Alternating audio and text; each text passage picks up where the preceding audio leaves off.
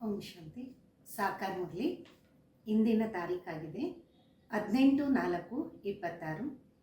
मीठे बच्चे, तुम बाप द्वारा सम्मुख पढ़ रहे हो. तुम्हें सतयुगी बादशाही का लायक बनने के लिए पावन जरूर बनना है. ತಂದೆ ತಿಳಿಸ್ತಾರೆ, ಮಧುರಾದ ಮಕ್ಕಳೇ, ತಾವು ತಂದೆಯ ಮುಖಾಂತರ ತಂದೆಯ ಸಮ್ಮುಖದಲ್ಲಿ ಓದ್ತಾ ಇದ್ದೀರಿ. ತಾವು ಸತ್ಯುಗಿ ರಾಜ್ಯ ಭಾಗ್ಯಕ್ಕೆ ಲಾಯಕ್ಕಾಗಕ್ಕೋಸ್ಕರ ಪಾವನ ಖಂಡಿತ ಆಗಲೇಬೇಕು.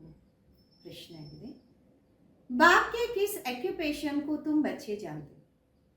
ತಂದೆಯ ಯಾವ ಒಂದು ಕರ್ತವ್ಯವನ್ನ ತಾವು ಮಕ್ಕಳು ಅರ್ಥ ಮಾಡ್ಕೊಂತೀರಾ? ಉತ್ತರ ಆಗಿದೆ, तुम जानते हो कि हमारा बाप बाप भी है, टीचर और सदगुरु भी है. बाप कलब के संगम पर आते, पुरानी दुनिया को नया बनाने, एक आदि सनातन धर्म की स्थापना करने. ತಮಗೆ ಗೊತ್ತಿದೆ, ನಮ್ಮ ತಂದೆನೂ ಆಗಿದ್ದಾರೆ, ಟೀಚರು ಆಗಿದ್ದಾರೆ, ಸದ್ಗುರುನೂ ಆಗಿದ್ದಾರೆ. ತಂದೆ ಕಲ್ಪದ ಸಂಗಮದಲ್ಲಿ ಬರ್ತಾರೆ ಈ ಹಳೆಯ ಪ್ರಪಂಚವನ್ನ ಹೊಸದಾಗಿ ಮಾಡಕ್ಕೆ, ಒಂದು ಆದಿ ಸನಾತನ ಧರ್ಮದ ಸ್ಥಾಪನೆಯನ್ನು ಮಾಡ್ತಾರೆ. बाप अभी हम बच्चों को मनुष्य से देवता बनाने के लिए पढ़ा रहे. ये ऑक्यूपेशन हम बच्चों के सिवाय और कोई नहीं जानता. ತಂದೆ ಈಗ ನಮ್ಮ ಮಕ್ಕಳಿಗೆ ಮನುಷ್ಯರಿಂದ ದೇವತೆಯಾಗಿ ಮಾಡುವ ವಿದ್ಯಾಭ್ಯಾಸವನ್ನು ಓದಿಸ್ತಾ ಇದ್ದಾರೆ. ಈ ಒಂದು ಕರ್ತವ್ಯ ನಮ್ಮ ಮಕ್ಕಳ ಬಿಟ್ಟು ಬೇರೆ ಯಾರಿಗೂ ಗೊತ್ತಿಲ್ಲ. ಹಾಡಾಗಿದೆ, ಬೋಲಾನಾಥ್ ಸೆ ನಿರಾಲ ಕೋಯಿ ನಹಿ. ಮುಗ್ಧನಾದ ತಂದೆಗಿಂತ ಅತೀತವಾದವರು ಯಾರೂ ಇಲ್ಲ. ಓಂ ಶಾಂತಿ. ओम शांति का अर्थ तो बच्चों को बार बार समझाया गया. ओम माना मैं आत्मा हूँ, ये मेरा शरीर है. ಓಂ ಶಾಂತಿಯ ಅರ್ಥವನ್ನ ಮಕ್ಕಳಿಗೆ ಮತ್ತೆ ಮತ್ತೆ ತಿಳಿಸ್ಕೊಡ್ಲಾಗಿದೆ. ಓಂ ಅಂದರೆ ನಾನು ಆತ್ಮ, ಇದು ನನ್ನ ಶರೀರ ಆಗಿದೆ. शरीर भी कह सकता मेरी आत्मा है, जैसे शिव बाबा कहते तुम मेरे हो. ಶರೀರನೂ ಹೇಳ್ಬೋದು ಇದು ನನ್ನ ಆತ್ಮ. ಯಾವ ರೀತಿ ಶಿವ ಬಾಬಾ ಅಂತಾರೆ ತಾವು ನನ್ನವರು. बच्चे कहते बाबा आप हमारे हो, वैसे आत्मा भी कहती मेरा शरीर है. ಮಕ್ಕಳಂತಾರೆ ತಂದೆ ತಾವು ನಮ್ಮವರು, ಅದೇ ರೀತಿ ಆತ್ಮನು ಅನ್ನತ್ತೆ ನನ್ನ ದೇಹ. शरीर कहेगा मेरी आत्मा, अभी आत्मा जानती है मैं अविनाशी हूँ. ಶರೀರ ಹೇಳುತ್ತೆ ನನ್ನ ಆತ್ಮ, ಈಗ ಆತ್ಮ ಗೊತ್ತಾಗಿದೆ ನಾನು ಅಶರೀರಿ ಆಗಿದ್ದೀನಿ. आत्मा बिगैर शरीर कुछ कर ना सके, शरीर तो है कहते मेरी आत्मा को तकलीफ नहीं देना. ಆತ್ಮ ಇಲ್ಲದೆ ಶರೀರ ಏನು ಮಾಡೋಕ್ಕಾಗಲ್ಲ. ಶರೀರ ಅಂತೂ ಇದೆ, ಹೇಳುತ್ತೆ ನನ್ನ ಆತ್ಮಕ್ಕೆ ಯಾವುದೋ ತೊಂದರೆಯನ್ನ ಕೊಡಬೇಡಿ. ಮೇರಿ ಆತ್ಮ ಪಾಪ ಆತ್ಮ है,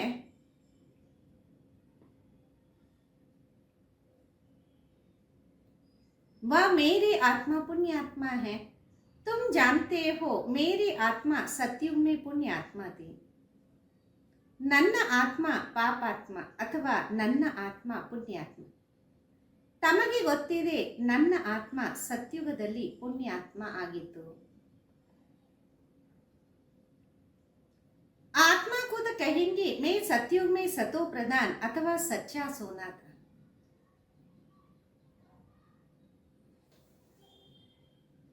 सोना नहीं है, ये एक मिसाल दिया जाता.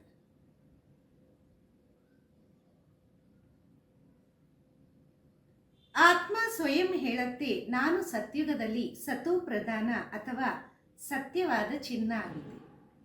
ಚಿನ್ನ ಅಂದರೆ ಆ ಚಿನ್ನ ಅಲ್ಲ, ಆದರೆ ಅದನ್ನ ಉದಾಹರಣೆ ಕೊಡಲಾಗುತ್ತೆ. हमारी आत्मा पवित्र थी, गोल्डन एज थी, अभी तो कहते हैं impure है. ನಮ್ಮ ಆತ್ಮ ಪವಿತ್ರ ಆಗಿತ್ತು, ಗೋಲ್ಡನ್ ಏಜ್ ಆಗಿತ್ತು, ಇವಾಗ ಅಂತಾರೆ ಅಪವಿತ್ರ ಆಗಿದೆ. ದುನಿಯಾ ವಾಲೆ ಏನೇ ಜಾನ್ತೆ ತುಮಕೋ ತೋ ಶ್ರೀಮತ್ ಮಿಲ್ತಾ है ना. ಪ್ರಪಂಚದವರಿಗೆ ಇದೇನು ಗೊತ್ತಿಲ್ಲ, ತಮಗಂತೂ ಶ್ರೀಮತ ಸಿಕ್ಕಿದೆ ಅಲ್ಲ. तुम अब जानते हो हमारी आत्मा सतो प्रधान थी, अब तमो प्रधान बनी. हर एक चीज ऐसे होती. ಈಗ ನಿಮಗೆ ಗೊತ್ತಾಗಿದೆ ನಮ್ಮ ಆತ್ಮ ಏನು ಸತೋ ಪ್ರಧಾನ ಆಗಿತ್ತು ಅದು ತಮೋ ಪ್ರಧಾನ ಆಗಿತ್ತು. ಪ್ರತಿಯೊಂದು ವಸ್ತುವಿನಲ್ಲಿ ಇದೇ ರೀತಿ ಆಗುತ್ತೆ. बाल युवा वृद्ध हर चीज नए से पुरानी जरूर होना. दुनिया में पहले गोल्डन एज सतो प्रधान थे, फिर तमो प्रधान आयरन एज है, तब तो दुखी है ना. ಬಾಲಕ, ಯುವ, ವೃದ್ಧಾವಸ್ಥೆ, ಪ್ರತಿಯೊಂದು ವಸ್ತುವಿನಲ್ಲಿ ಹೊಸದಿಂದ ಹಳೆಯದಾಗಲೇಬೇಕು. ಪ್ರಪಂಚನು ಮೊದಲು ಗೋಲ್ಡನ್ ಏಜ್ ಸತೋ ಪ್ರಧಾನ ಆಗಿರುತ್ತೆ, ಮತ್ತೆ ತಮೋ ಪ್ರಧಾನ ಕಬ್ಬಿಣ ಪ್ರಪಂಚ ಆಗತ್ತೆ, ಆಗ ದುಃಖಿ ಆಗ್ತಾರೆ. सतो प्रधान माना सुधरी हुई, तमो प्रधान माना बिगड़ी हुई. गीता में भी कहते हैं बिगड़ी को बनाने वाले पुरानी दुनिया बिगड़ी हुई है क्योंकि रावण राज्य है और अभी सब पतित है. सतो प्रधाನ ಅಂದರೆ ಸುಧಾರಣೆ ಆಗಿರುವಂಥದ್ದು, ತಮೋ ಪ್ರಧಾನ ಅಂದರೆ ಕೆಟ್ಟೋಗಿರುವಂಥದ್ದು. ಹಾಡಲ್ಲೂ ಕೇಳದ್ವಿ ಕೆಟ್ಟೋಗಿರೋದನ್ನ ಮಾಡುವಂಥವರು ಅಂತ. ಹಳೆಯ ಪ್ರಪಂಚ ಏನು ಕೆಟ್ಟೋಗಿದೆ ಅದಕ್ಕೆ ರಾವಣ ರಾಜ್ಯ ಅಂತೀವಿ. ಮತ್ತೆ ಈಗ ಎಲ್ಲರೂ ಪತಿತರಾಗಿದ್ದಾರಲ್ಲ. सतयुग में सब पावन थे, उसको न्यू वाइसलेस वर्ल्ड कहा जाता. ये है ओल्ड विशेष वर्ल्ड. ಸತ್ಯುಗಕ್ಕೆ ಎಲ್ಲರೂ ಪಾವನ ಅಂತಾರೆ, ಅದು ಹೊಸ ನಿರ್ವಿಕಾರಿ ಪ್ರಪಂಚ ಅಂತ ಹೇಳಲಾಗುತ್ತೆ. ಇದಾಗಿದೆ ಹಳೆ ವಿಕಾರಿ ಪ್ರಪಂಚ. ಆ ಕಲಿಯುಗ ಐರನ್ ಏಜ್ ये सब बातें कोई स्कूल कॉलेज में नहीं पढ़ाई जाती. ಈಗಂತೂ ಕಲಿಯುಗ ಕಬ್ಬಿಣ ಪ್ರಪಂಚ ಆಗಿದೆ. ಈ ಎಲ್ಲ ಮಾತುಗಳನ್ನ ಯಾವುದೇ ಸ್ಕೂಲ್ ಅಥವಾ ಕಾಲೇಜಲ್ಲಿ ಓದಿಸೋದಿಲ್ಲ.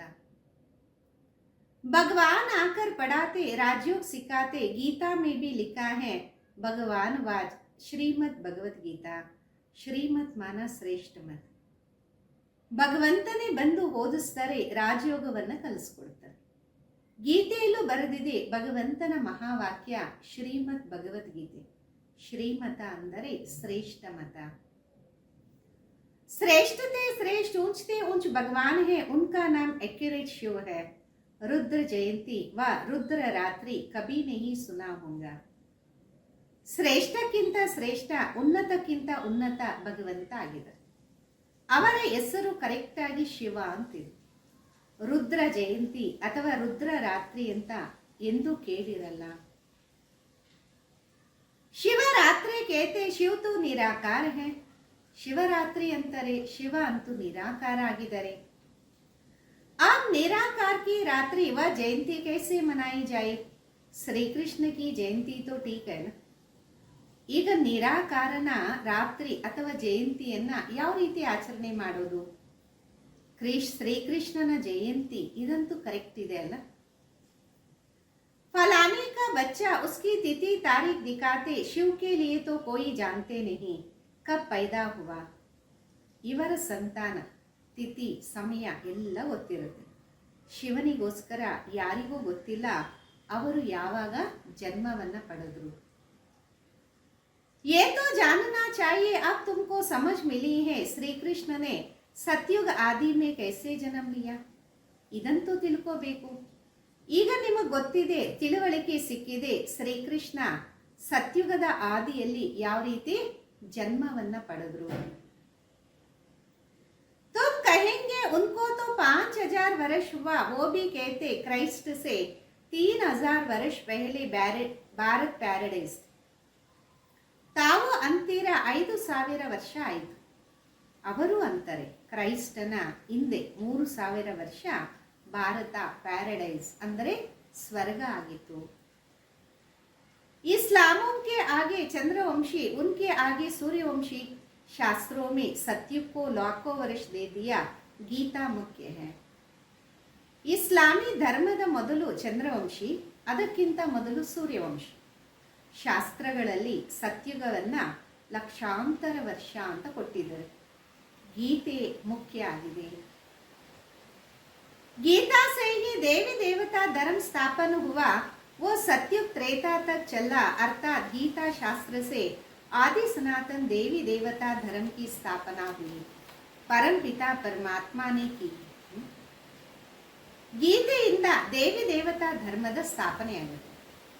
ಸತ್ಯುಗ ತ್ರೇತಾವರೆಗೂ ಅದು ನಡೆಯುತ್ತೆ. ಅಂದರೆ ಗೀತಾಶಾಸ್ತ್ರ ಆದಿ ಸನಾತನ ದೇವಿ ದೇವತಾ ಧರ್ಮದ ಸ್ಥಾಪನೆಯನ್ನು ಮಾಡುತ್ತೆ. परमपिता परमात्मा ने मारते। फिर तो आधा गलत ना शास्त्र हुआ ना कोई धर्म स्थापन हुआ। बाबा ने आकर ब्राह्मणों को देवता क्षत्रिय बनाए। ನಂತರ ಅರ್ಧ ಕಲ್ಪ ಯಾವುದೇ ಶಾಸ್ತ್ರ ಯಾವುದೇ ಧರ್ಮ ಸ್ಥಾಪನೆ ಆಗೋದೇ ಇಲ್ಲ. ತಂದೆ ಬಂದು ಬ್ರಾಹ್ಮಣರನ್ನ ದೇವತೆ ಕ್ಷತ್ರಿಯರಾಗಿ ಮಾಡ್ತಾರೆ. ಗೋಯಾ ಬಾಪ್ 3 ಧರ್ಮ ಸ್ಥಾಪನೆ करते ये है लीफ ಧರ್ಮ. ಅಂದರೆ ತಂದೆ 3 ಧರ್ಮವನ್ನು ಸ್ಥಾಪನೆ ಮಾಡ್ತಾರೆ. ಇದಾಗಿದೆ ಅಧಿಕ ಧರ್ಮ. इनकी आयु थोड़ी रहती तो सर्व ಶಾಸ್ತ್ರಮಯಿ ಶಿರೋಮಣಿ ಗೀತಾ ಭಗವಾನ್ ने गाय. ಇದರ ಆಯುಷು ಬಹಳ ಕಡಿಮೆ ಇರುತ್ತೆ. ಸರ್ವ ಶಾಸ್ತ್ರಗಳ ಶಿರೋಮಣಿ ಗೀತೆ ಭಗವಂತಂದು ಅಂತ ಗಾಯನ ಮಾಡ್ತಾರೆ. बाप पुनर्जन्म में नहीं आते, जन्म है परंतु बाबा कहते मैं गर्भ में नहीं आता हूँ. ತಂದೆ ಪುನರ್ಜನ್ಮದಲ್ಲಿ ಬರೋದಿಲ್ಲ, ಜನ್ಮವನ್ನ ಪಡಿತಾರೆ. ಆದರೆ ತಂದೆ ಹೇಳ್ತಾರೆ ನಾನು ಗರ್ಭದಲ್ಲಿ ಬರೋದಿಲ್ಲ. मेरी पालना नहीं होती. सतयुग में भी जो बच्चे होते वो गर्भ महल में रहते. ನನ್ನ ಪಾಲನೆ ಆಗೋದೇ ಇಲ್ಲ. ಸತ್ಯುಗದಲ್ಲಿ ಯಾವ ಮಕ್ಕಳು ಇರ್ತಾರೆ ಅವರು ಗರ್ಭ ಮಹಲಲ್ಲಿ ಇರ್ತಾರೆ. रावण राज्य में गर्भ जेल में आना पड़ता, पाप जेल में भोगते जाते. ರಾವಣ ರಾಜ್ಯದಲ್ಲಿ ಗರ್ಭ ಜೈಲಲ್ಲಿ ಬರಬೇಕಾಗುತ್ತೆ, ಪಾಪ ಜೈಲಲ್ಲಿ ಭೋಗಿಸ್ತಾ ಇರ್ತಾರೆ. गर्भ में अंजाम करते हम पाप नहीं करते परंतु वो है ही पाप आत्माओं की दुनिया. ಗರ್ಭದಲ್ಲಿ ಪ್ರತಿಜ್ಞೆಯನ್ನ ಮಾಡ್ತಾರೆ ನಾವಿನ್ನು ಪಾಪ ಮಾಡಲ್ಲ ಅಂತ. ಅಂದರೆ ಇದಾಗಿದೆ ಪಾಪಾತ್ಮಗಳ ಪ್ರಪಂಚ. बाहर निकलने से फिर पाप करने लग पड़ते, वहां की वहां ही रही. ये भी बहुत प्रतिज्ञा करते हम पाप नहीं करे. ಹೊರಗಡೆ ಬಂದ ತಕ್ಷಣ ಮತ್ತೆ ಪಾಪ ಮಾಡಕ್ಕೆ ಆರಂಭ ಮಾಡ್ತಾರೆ, ಅಲ್ಲಿಂದ ಅಲ್ಲೇ ಇದ್ಬಿಡತ್ತೆ. ಇಲ್ಲೂ ಸಹ ಬಹಳಷ್ಟು ಪ್ರತಿಜ್ಞೆ ಮಾಡ್ತಾರೆ ನಾವು ಪಾಪ ಮಾಡಲ್ಲ. एक दो पर काम कटारी ना चलाएंगे क्योंकि ये विकारी आदि मध्य अंत दुख देता. सतयुग में विष है नहीं. ಒಬ್ಬರು ಇನ್ನೊಬ್ಬರ ಮೇಲೆ ಕಾಮ ಕಟಾರಿಯನ್ನು ನಡೆಸಲ್ಲ, ಯಾಕೆಂದರೆ ಈ ವಿಕಾರ ಆದಿ ಮಧ್ಯ ಅಂತ್ಯ ದುಃಖವನ್ನ ನೀಡುತ್ತೆ. ಸತ್ಯುಗದಲ್ಲಿ ವಿಷನೇ ಇರಲ್ಲ. तो मनुष्य आदि मध्य अंत 21 जन्म दुख भोगते नहीं क्योंकि राम राज्य है, उसकी स्थापना अब बाप फिर से कर रहे. ಮನುಷ್ಯ ಆದಿ ಮಧ್ಯ ಅಂತ್ಯ 21 ಜನ್ಮ ದುಃಖವನ್ನ ಭೋಗಿಸೋದಿಲ್ಲ, ಯಾಕೆಂದರೆ ರಾಮರಾಜ್ಯ ಆಗಿರುತ್ತೆ. ಅದರ ಒಂದು ಸ್ಥಾಪನೆ ಈಗ ಮತ್ತೆ ತಂದೆ ಬಂದು ಮಾಡ್ತಾ ಇದ್ದಾರೆ. संगम पर ही स्थापना होंगी. जो भी धर्म स्थापन करने आते उनको कोई भी पाप नहीं करना. ಸಂಗಮದಲ್ಲಿ ಸ್ಥಾಪನೆ ಆಗುತ್ತೆ. ಯಾರೆಲ್ಲ ಧರ್ಮ ಸ್ಥಾಪನೆ ಮಾಡಕ್ಕೆ ಬರ್ತಾರೆ ಅವರು ಯಾವುದೇ ಪಾಪವನ್ನ ಮಾಡೋದಿಲ್ಲ. आधा समय है पुण्य आत्मा, फिर आधा समय बाद पाप आत्माएं बनते. तुम सत्युग त्रेता में पुण्य आत्मा रहते हो, फिर पाप आत्मा बन जाते. ಅರ್ಧ ಸಮಯ ಆಗಿದೆ ಪುಣ್ಯಾತ್ಮ, ಮತ್ತೆ ಅರ್ಧ ಸಮಯ ನಂತರ ಪಾಪಾತ್ಮಗಳಾಗ್ತಾರೆ. ತಮಗೆ ಗೊತ್ತಿದೆ ಸತ್ಯುಗ ತ್ರೇತಾದಲ್ಲಿ ಪುಣ್ಯಾತ್ಮಗಳೇ ಇರ್ತಾರೆ, ನಂತರ ಪಾಪಾತ್ಮಗಳು ತಯಾರಾಗ್ತಾ ಹೋಗ್ತಾರೆ. सतो प्रधान आत्मा जब ऊपर से आती तो वो सजाए का नहीं सकती. क्राइस्ट की आत्मा धर्म स्थापन करने आती, उनको कोई सजा मिल ना सकती. ಸತೋ ಪ್ರಧಾನ ಆತ್ಮ ಯಾವಾಗ ಮೇಲೆಯಿಂದ ಬರುತ್ತೆ ಆಗ ಅದು ಶಿಕ್ಷೆಯನ್ನ ಪಡೆಯಕ್ಕೆ ಸಾಧ್ಯ ಇಲ್ಲ. ಕ್ರೈಸ್ತನ ಆತ್ಮ ಧರ್ಮ ಸ್ಥಾಪನೆ ಮಾಡಕ್ಕೆ ಬರುತ್ತೆ, ಅದಕ್ಕೆ ಯಾವುದೇ ಪ್ರಕಾರದ ಶಿಕ್ಷೆ ಸಿಗೋದಿಲ್ಲ. कहते हैं क्राइस्ट को क्रॉस पर चढ़ाया परंतु उनकी आत्मा ने कोई विक्रम आदि किया ही नहीं. ಅಂತಾರೆ ಕ್ರೈಸ್ತನನ್ನ ಕ್ರಾಸ್ ಮೇಲೆ ಹಾಕಿದ್ರು ಅಂತ, ಆದರೆ ಆತನ ಆತ್ಮ ಯಾವುದೇ ಪ್ರಕಾರದ ವಿಕರ್ಮವನ್ನ ಮಾಡಲೇ ಇಲ್ಲ. वह जिस शरीर में प्रवेश करते उसको दुख होता वो सहन करते. ಅವರು ಯಾವ ಶರೀರದಲ್ಲಿ ಪ್ರವೇಶ ಮಾಡ್ತಾರೆ ಅವರಿಗೆ ದುಃಖ ಆಗುತ್ತೆ, ಅವರೇ ಸಹನೆಯನ್ನ ಮಾಡ್ತಾರೆ. जैसे इसमें बाबा आते वो तो है ही सतो प्रधान, कोई भी दुख तकलीफ इन आत्मा को होती है, शिव बाबा को नहीं होती. ಯಾವ ರೀತಿ ಇವರಲ್ಲಿ ಬಾಬಾ ಬರ್ತಾರೆ ಅವರಂತೂ ಸತು ಪ್ರಧಾನ ಅಲ್ವಾ. ಯಾವುದೇ ಪ್ರಕಾರದ ದುಃಖ ನೋವು ಈ ಆತ್ಮಕ್ಕೆ ಆಗತ್ತೆ, ಶಿವ ಬಾಬುರಿಗೆ ಆಗೋದಿಲ್ಲ. वो तो सदै सुख शांति में रहते एवर सतो प्रधान, ಅವರಂತೂ ಸದಾ ಸುಖ ಶಾಂತಿಯಲ್ಲೇ ಇರ್ತಾರೆ, ಸದಾ ಸतो प्रधान. परंतु आते तो इस पुराने शरीर में है ना, वैसे क्राइस्ट की आत्मा ने जिसमें प्रवेश किया वो शरीर को दुख हो सकता. ಆದರೆ ಈ ಹಳೆ ದೇಹದಲ್ಲೇ ಬರಬೇಕಲ್ಲ. ಯಾವ ರೀತಿ ಕ್ರೈಸ್ತನ ಆತ್ಮ ಯಾವತ್ತರಲ್ಲಿ ಪ್ರವೇಶ ಆಯಿತೋ ಆ ಶರೀರಕ್ಕೆ ದುಃಖ ಆಗತ್ತೆ. क्राइस्ट की आत्मा दुख नहीं भोग सकती क्योंकि सतो रजो तमो में आती है. ಕ್ರೈಸ್ತನ ಆತ್ಮ ದುಃಖವನ್ನ ಅನುಭವ ಮಾಡಕ್ಕೆ ಸಾಧ್ಯ ಇಲ್ಲ, ಯಾಕೆಂದರೆ ಸತೋ ರಜೋ ತಮೋದಲ್ಲಿ ಬರುತ್ತೆ. नई नई आत्माएं आती भी तो है ना, उनको पहले जरूर सुख भोगना पड़े, दुख भोग नहीं सकते. ಹೊಸ ಹೊಸ ಆತ್ಮಗಳು ಖಂಡಿತ ಬರಲೇಬೇಕಲ್ಲ. ಅವು ಮೊಟ್ಟ ಮೊದಲು ಸುಖವನ್ನೇ ಅನುಭವ ಮಾಡುತ್ತೆ, ದುಃಖವನ್ನ ಅನುಭವ ಮಾಡೋಂಗಿಲ್ಲ. ला नहीं कहता इसमें बाबा बैठा, कोई भी तकलीफ इसको दादा को होती ना कि शिव बाबा को. ನೇಮ ಎಂದು ಒಪ್ಕೊಳ್ಳೋದಿಲ್ಲ. ಇವರಲ್ಲಿ ಶಿವ ಬಾಬಾ ಕೂತಿದ್ದಾರೆ. ಏನೇ ಕಷ್ಟ ಪರಿಸ್ಥಿತಿ ಬಂದಾಗ ಬ್ರಹ್ಮ ಬಾಬುರ ಹತ್ರ ಬರುತ್ತೆ, ಶಿವ ಬಾಬುರ ಹತ್ರ ಅಲ್ಲ. परंतु ये बातें तुम जानते हो और कोई को पता ही नहीं. ಆದರೆ ಈ ಮಾತುಗಳನ್ನ ತಾವು ಅರ್ಥ ಮಾಡ್ಕೊಂಡಿದ್ದೀರಾ, ಮತ್ತಾರಿಗೂ ಗೊತ್ತಿಲ್ಲ. ये सब राज अभी बाबा बैठ समझाते. ये सहज राजयोग से स्थापना हुई थी, फिर भक्ति मार्ग में यही बातें गाई जाती. ಈ ಎಲ್ಲಾ ರಹಸ್ಯ ತಂದೆ ಕೂತ್ಕೊಂಡು ತಿಳಿಸ್ತಾರೆ. ಸಹಜ ರಾಜಯೋಗದ ಸ್ಥಾಪನೆ ಆಗಿತ್ತು, ಮತ್ತೆ ಭಕ್ತಿ ಮಾರ್ಗದಲ್ಲಿ ಈ ಒಂದು ಮಾತುಗಳ ಗಾಯನ ಇದೆ. ಈ संगम पर जो कुछ होता वो गाया जाता. ಭಕ್ತಿ ಮಾರ್ಗ ಶುರು ಹೋತಿ, फिर ಶಿವ ಬಾಬಾ की पूजा होती.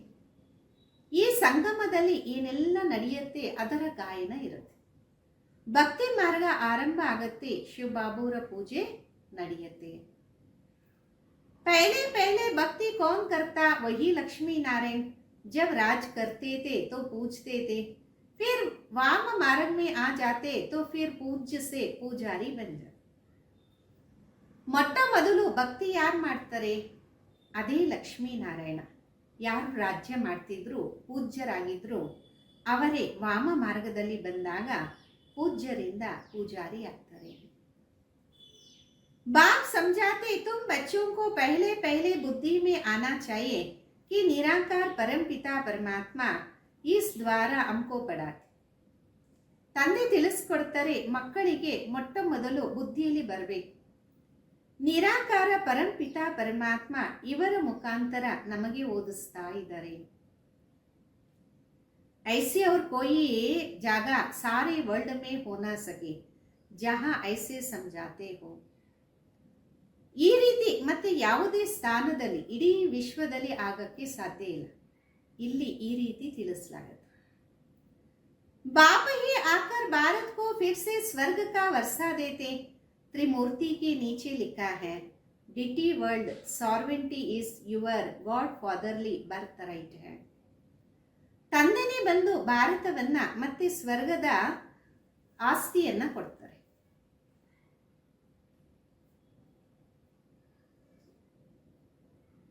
ತ್ರಿಮೂರ್ತಿಯ ಕೆಳಗಡೆ ಬರೀರಿ, ದೈವಿ ಸ್ವರಾಜ್ಯ ನಿಮ್ಮ ಭಗವಂತನ ಜನ್ಮಸಿದ್ಧ ಅಧಿಕಾರ. शिव बाबा आकर तुम बच्चों को स्वर्ग की बादशाही का वर्षा दे रहे, लायक बना. ಶಿವ ಬಾಬಾವರು ಬಂದು ತಮ್ಮ ಮಕ್ಕಳಿಗೆ ಸ್ವರ್ಗದ ರಾಜ್ಯ ಭಾಗ್ಯದ ಆಸ್ತಿಯನ್ನು ನೀಡ್ತಿದ್ದಾರೆ, ಲಾಯಕ್ ಮಾಡ್ತಿದ್ದಾರೆ. तुम जानते हो बाबा हमको लायक बना रहे, हम पति थे ना, पावन बन जाएंगे, फिर ये शरीर नहीं रहेगा. ತಮಗೆ ಗೊತ್ತಿದೆ ಶಿವಬಾಬಾ ನಮ್ಮನ್ನು ಲಾಯಕ್ಕಾಗಿ ಮಾಡ್ತಿದ್ದಾರೆ. ನಾವು ಪತಿತರಾಗಿದ್ದೀವಿ. ಪಾವನ ಆದ ಮೇಲೆ ಈ ಶರೀರ ಇರೋದಿಲ್ಲ. रावण द्वारा हम पतित बने, फिर परम पिता परमात्मा पावन बनाए, पावन दुनिया का मालिक बनाते. ರಾವಣನ ಮುಖಾಂತರ ನಾವು ಪತಿತರಾಗಿ ಮತ್ತೆ ಪರಂಪಿತ ಪರಮಾತ್ಮ ಪಾವನರಾಗಿ ಮಾಡಿ ಪಾವನ ಪ್ರಪಂಚದ ಮಾಲೀಕರಾಗಿ ಮಾಡ್ತಾರೆ. वही ज्ञान का सागर पतित पावन है, ये निराकार बाबा हमको पढ़ा रहे हैं. सब तो इकट्ठे नहीं पढ़ सकते. ಅವರೇ ಜ್ಞಾನ ಸಾಗರ ಪತಿತ ಪಾವನ. ನಿರಾಕಾರ ಬಾಬಾ ನಮಗೆ ಓದಿಸ್ತಿದ್ದಾರೆ. ಎಲ್ಲರೂ ಒಂದೇ ಕಡೆ ಓದಕ್ಕಂತೂ ಆಗಲ್ವಲ್ಲ. सम्मुख तुम तोड़े बैठे हो, बाकी सब बच्चे जानते हैं. अभी शिव बाबा ब्रह्मा के तन में बैठ सृष्टि के ಆದಿ ಮಧ್ಯ ಅಂತ का ಜ್ಞಾನ ಸುನಾತೆ ಹೋ. ಸಮ್ಮುಖದಲ್ಲಿ ತಾವು ಸ್ವಲ್ಪ ಮಕ್ಕಳು ಮಾತ್ರ ಇದ್ದೀರಿ. ತಮಗೂ ಗೊತ್ತಿದೆ ಈಗ ಶಿವಬಾಬಾ ಬ್ರಹ್ಮನ ತನುವಿನಲ್ಲಿ ಕುತ್ಕೊಂಡು ಸೃಷ್ಟಿಯ ಆದಿ ಮಧ್ಯ ಅಂತ್ಯದ ಜ್ಞಾನವನ್ನು ತಿಳಿಸ್ತಾ ಇದ್ದಾರೆ. वो मुरली लिखत द्वारा आएंगे और सत्संगों में ऐसे थोड़े ही समझेंगे. ಆ ಒಂದು ಮುರಳಿ ಬರವಣಿಗೆಯಿಂದ ಬರುತ್ತೆ. ಬೇರೆ ಸತ್ಸಂಗದಲ್ಲಿ ಈ ರೀತಿ ಎಂದಾದರೂ ತಿಳಿಸ್ತಾರ? आजकल टेप मशीन भी निकली, इसलिए भरकर बेच देते. वो कहेंगे फलाने नाम वाला गुरु सुनाते, बुद्धि में मनुष्य रहता. ಈ ನಡುವೆ ಅಂತೂ ಟೇಪ್ ಮಿಷಿನ್ ಬಂದಿದೆ. ಅದರಲ್ಲಿ ತುಂಬಿಸಿ ಕಳಿಸ್ಬಿಡ್ತಾರೆ. ಹೇಳ್ತಾರೆ ಇಂತಹ ಸ್ವಾಮಿ ಗುರೂಜಿ ತಿಳಿಸ್ತಾ ಇದ್ದಾರೆ, ಬುದ್ಧಿಯಲ್ಲಿ ಮನುಷ್ಯನೇ ಬರ್ತಾನೆ. यहाँ तो वो बात नहीं, ये तो निराकार बाबा नॉलेजफुल है. ಇಲ್ಲಿ ಆ ಮಾತೇ ಇಲ್ಲ. ಇಲ್ಲಂತೂ ನಿರಾಕಾರ ತಂದೆ ಜ್ಞಾನವಂತರಾಗಿದ್ದಾರೆ. मनुष्य को नॉलेजफुल नहीं कहा जाता. गाते हैं God father is knowledgeful, peaceful, blessful, तो उनका वर्षा भी चाहिए ना. ಮನುಷ್ಯನಿಗೆ ನಾಲೆಜ್ಫುಲ್ ಅಂತ ಹೇಳೋಂಗಿಲ್ಲ. ಗಾಯನ ಇದೆ ಗಾಡ್ ಫಾದರ್ ಜ್ಞಾನವಂತರು, ಶಾಂತಿವಂತರು ಮತ್ತೆ ಆಶೀರ್ವಾದ ನೀಡುವಂತರು. ಆಸ್ತಿ ಅಂತೂ ಬೇಕಲ್ಲ. उनमें जो गुण है वो बच्चों को मिलने चाहिए, अभी मिल रहा है. गुणों को धारण कर हम ऐसे लक्ष्मी नारायण बन रहे. ಅವರಲ್ಲಿ ಏನು ಗುಣ ಇದೆ ಅದು ಮಕ್ಕಳಿಗೆ ಸಿಗ್ತಾ ಇದೆ. ಗುಣಗಳ ಧಾರಣೆ ಮಾಡಿ ನಾವು ಈ ರೀತಿ ಲಕ್ಷ್ಮೀನಾರಾಯಣ ಆಗ್ತಾ ಇದ್ದೀವಿ. ಸಬ್ತೋ ರಾಜಾ ರಾಣಿ नहीं बनेंगे, गाया जाता राजा रानी वजीर, वहाँ वजीर भी नहीं रहता. ಎಲ್ಲರೂ ರಾಜ ರಾಣಿ ಅಂತೂ ಆಗೋದಿಲ್ಲ. ಗಾಯನೂ ಇದೆ ರಾಜ ರಾಣಿ ಮಂತ್ರಿ ಅಂತ, ಅಲ್ಲಿ ಮಂತ್ರಿನೂ ಇರೋದಿಲ್ಲ. महाराजा रानी में पावर रहती, जब विकारी बनते तब वजीर आदि होते हैं. ಮಹಾರಾಜ ಮಹಾರಾಣಿಯಲ್ಲಿ ಶಕ್ತಿ ಇರುತ್ತೆ.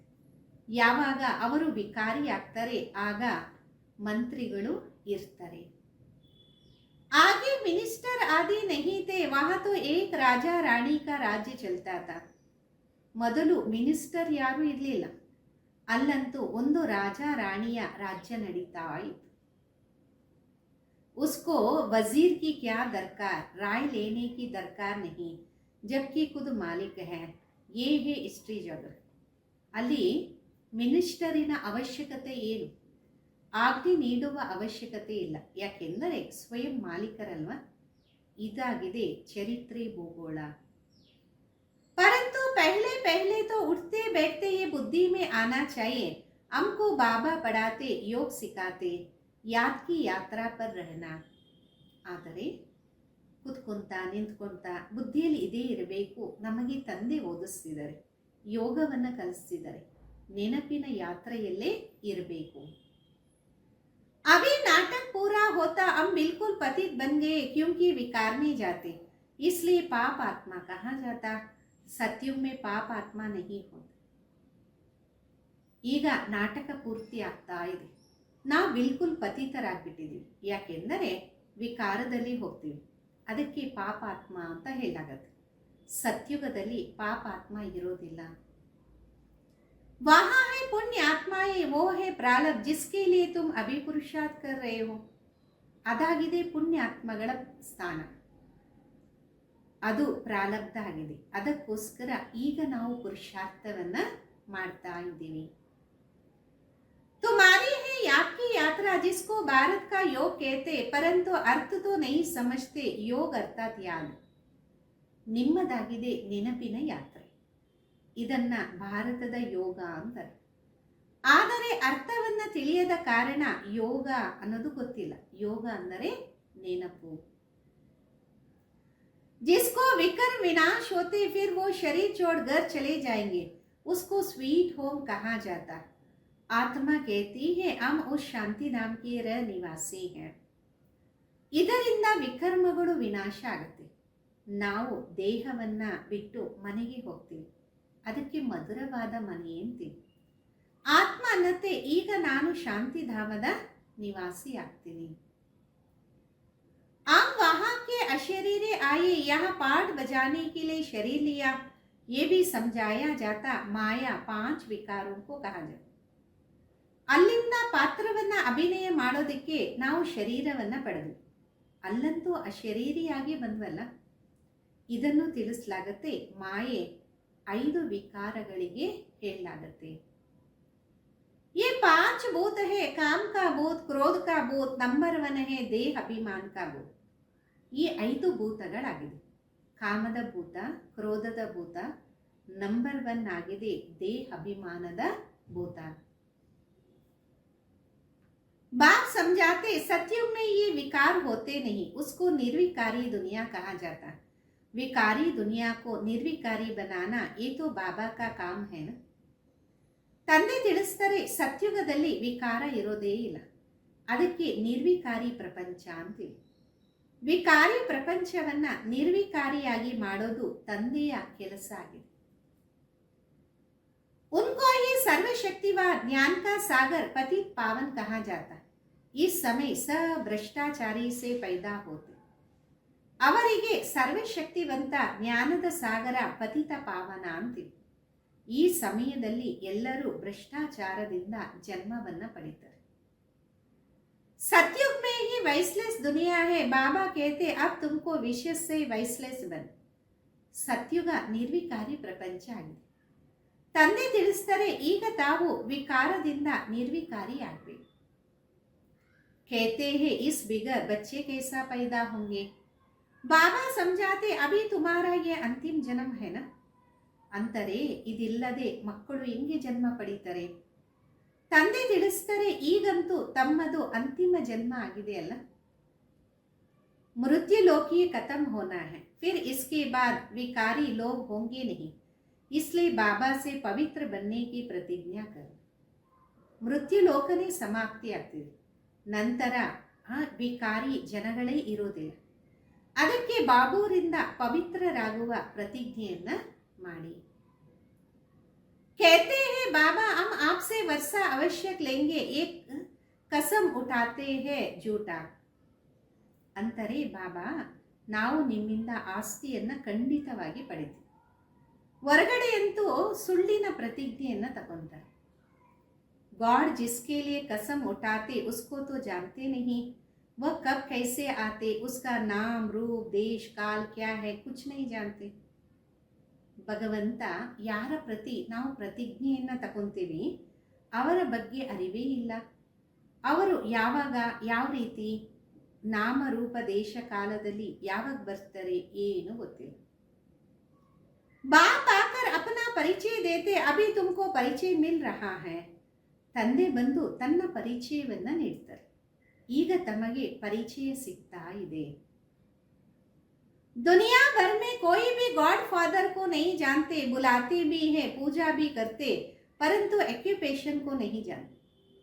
ಪ್ರಪಂಚದಲ್ಲಿ ಯಾರಿಗೂ ಗಾಡ್ ಫಾದರಿನ ಪರಿಚಯ ಇಲ್ಲವೇ ಇಲ್ಲ.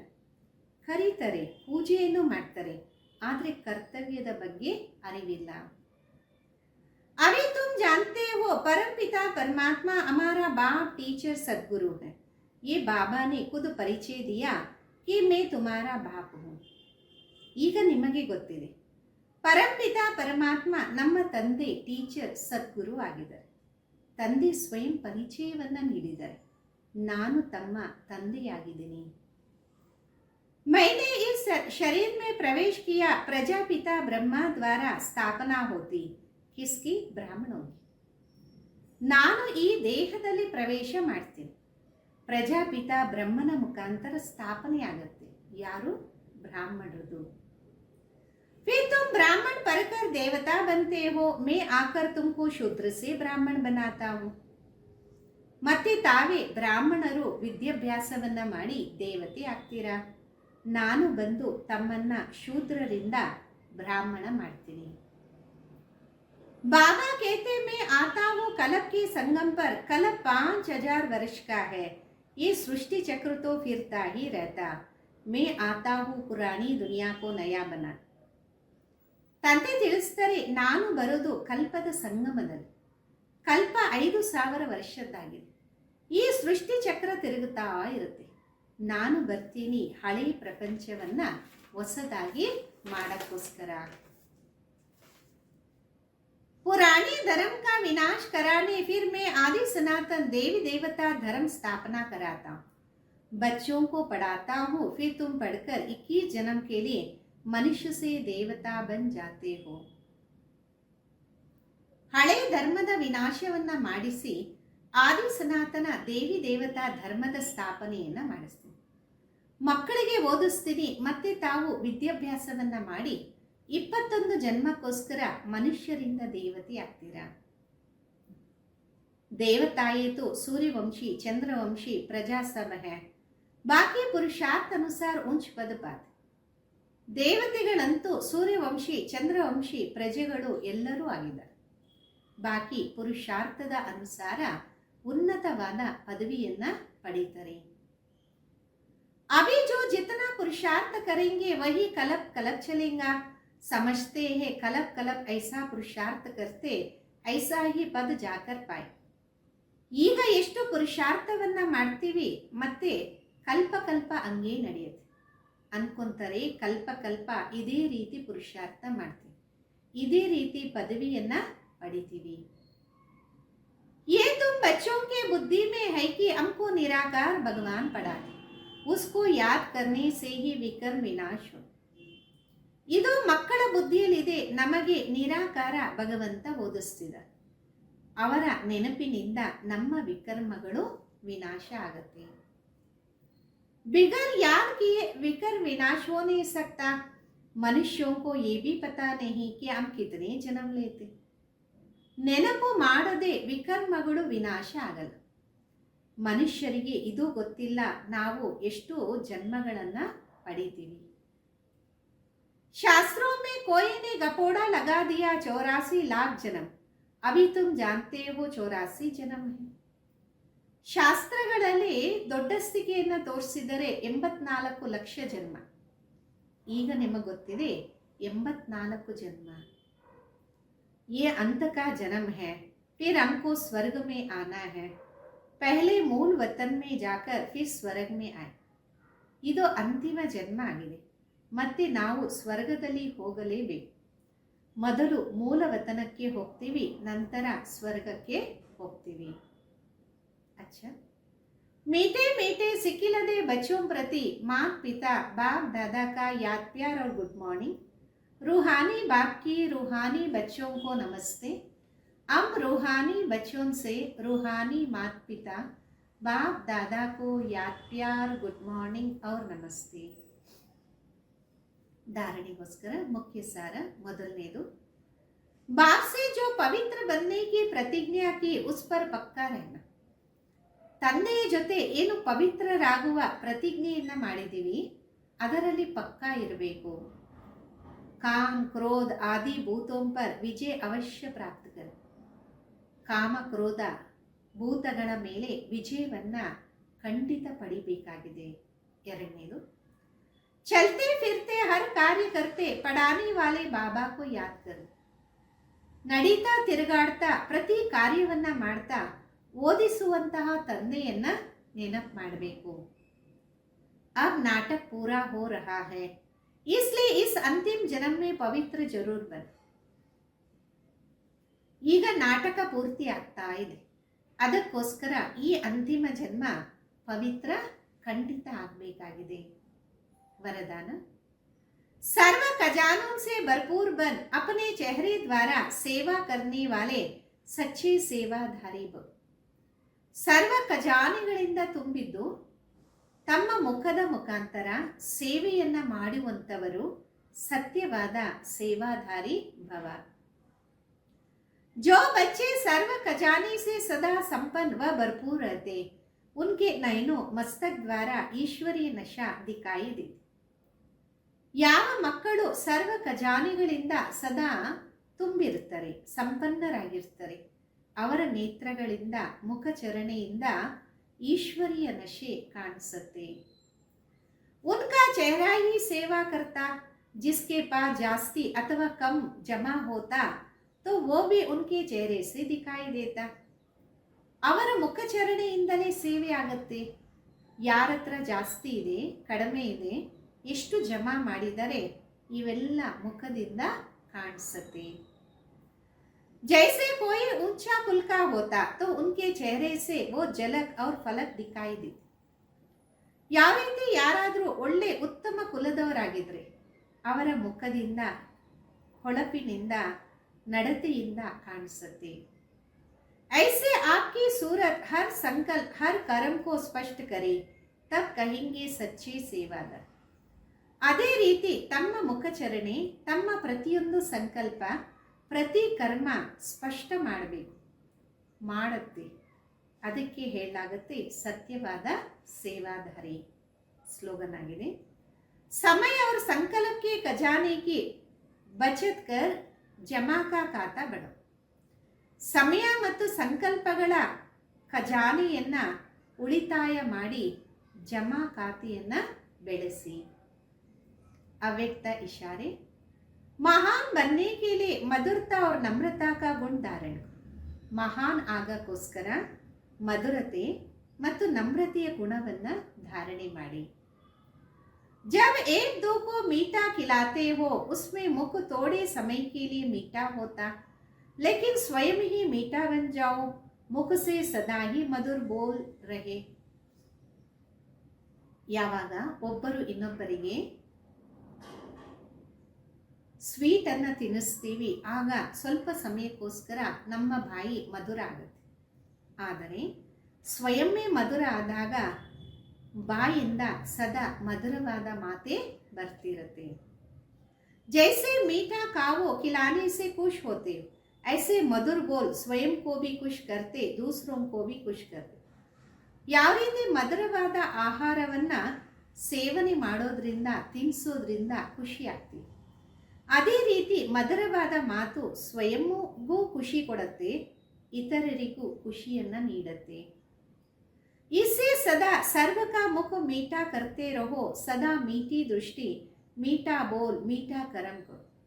ಇದರಿಂದ ಸದಾ ಸರ್ವರಿಗೂ ಮುಖವನ್ನ ಮಧುರ ಮಾಡಿ, ಸದಾ ಮಧುರವಾದ ದೃಷ್ಟಿ, ಮಧುರವಾದ ಮಾತು, ಮಧುರವಾದ ಕರ್ಮವೇ ಇರಲಿ. ಓಂ ಶಾಂತಿ.